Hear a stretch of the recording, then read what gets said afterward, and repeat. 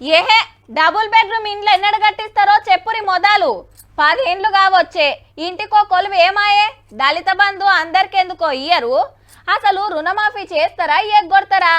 paper లీకులు అవుతుంటే ఈ సర్కారు ఏం చేస్తుంది అధ్యక్ష దళితులకు 3 ఎకరాలు ఇస్తామని మోసం చేసిన పార్టీ అది అని ఇన్నేళ్ళు ప్రతిపక్షాల నుంచి ప్రశ్నలు ఎదుర్కొన్నోళ్ళే ఇప్పుడు అవే ప్రశ్నలు అధికార పార్టీకి వేస్తున్నారంటే అర్థమేంది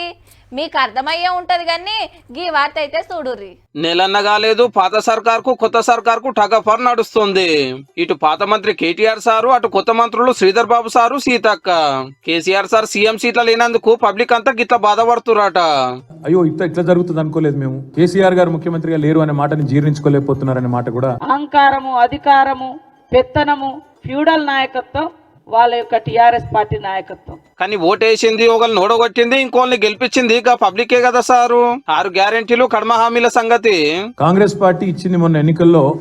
1-2 కాదు 420 హామీలు టిఆర్ఎస్ పార్టీ 420 పార్టీ అందిన కాడికంతా దోచుకొని ఆ దోచుకున్నదంతా బయటకు వస్తుంటే ఇవాళ దాన్ని తట్టుకోలేక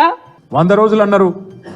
మీరు 100 రోజుల్లో చేయకపోతే మిమ్మల్ని బొందబెట్టేది ఖాయమైన దిశగా 3500 రోజులు పాలించిన టిఆర్ఎస్ పార్టీ నాయకత్వం వేరే ఇతర పార్టీలు 35 రోజులు పాలిస్తే కూడా చూస్తూ ఓర్పుతో సహనంతో ఉండకుండా 10 ఏళ్ల కిందట 5 ఏళ్ల కిందట మీరు ఇచ్చిన హామీలు పక్కా అమలు చేస్తే ఇవాళ మళ్ళా కార్య గెలుస్తుండే అన్ని మంచిగా చేస్తే మాకు అది రాలేదు ఇది రాలేదని లక్షల మంది దరఖాస్తులు ఎందుకు పెడుతున్నారో మరి ఈ ప్రభుత్వానికి ఆల్రెడీ రాష్ట్రంలో వ్యతిరేకత పెరిగింది ఆటో డ్రైవర్లు సమ్మెలు చేస్తున్నారు బస్సులో మహిళలు కొట్టుకుంటా ఉన్నారు రైతులు ఆల్రెడీ నిస్తేజంలో ఉన్నారు రైతు బంధు ఎప్పుడు పడుతుందో ప్రజల నుంచి వచ్చేటువంటి స్పందన చూసి ఓర్వలేక ఇలాంటి దుష్ప్రచారాలకు ఒడిగట్టడం కరెక్ట్ కాదు 50 లక్షల కోట్ల సంపద తయారు చేసినామని వీళ్ళు లేలే మొత్తం అప్పుల కుప్ప పెట్టిరన్న వాళ్ళు మేము చేసింది అప్పులు కాదు 50 లక్షల కోట్ల పైచిలకు ఆస్తులు సృష్టించాం లక్షల కోట్ల రూపాయలు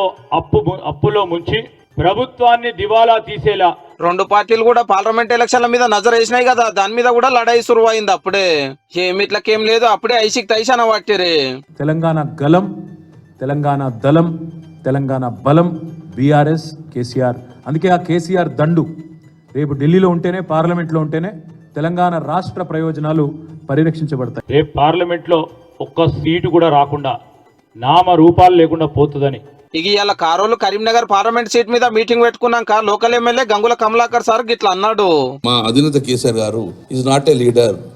మా అందరికి దైవ సమానులు బీఆర్ఎస్ పార్టీ ఉన్న ఏ ఒక్క వ్యక్తులంగా కేసీఆర్ను వదిలి వెళ్ళిపోరు వాళ్ళు మేము గేట్ చేస్తే వాళ్ళు టచ్ పరిస్థితి ఉంది కాబట్టి వాళ్ళని కాపాడుకోమని చెప్పి అదేం లేదు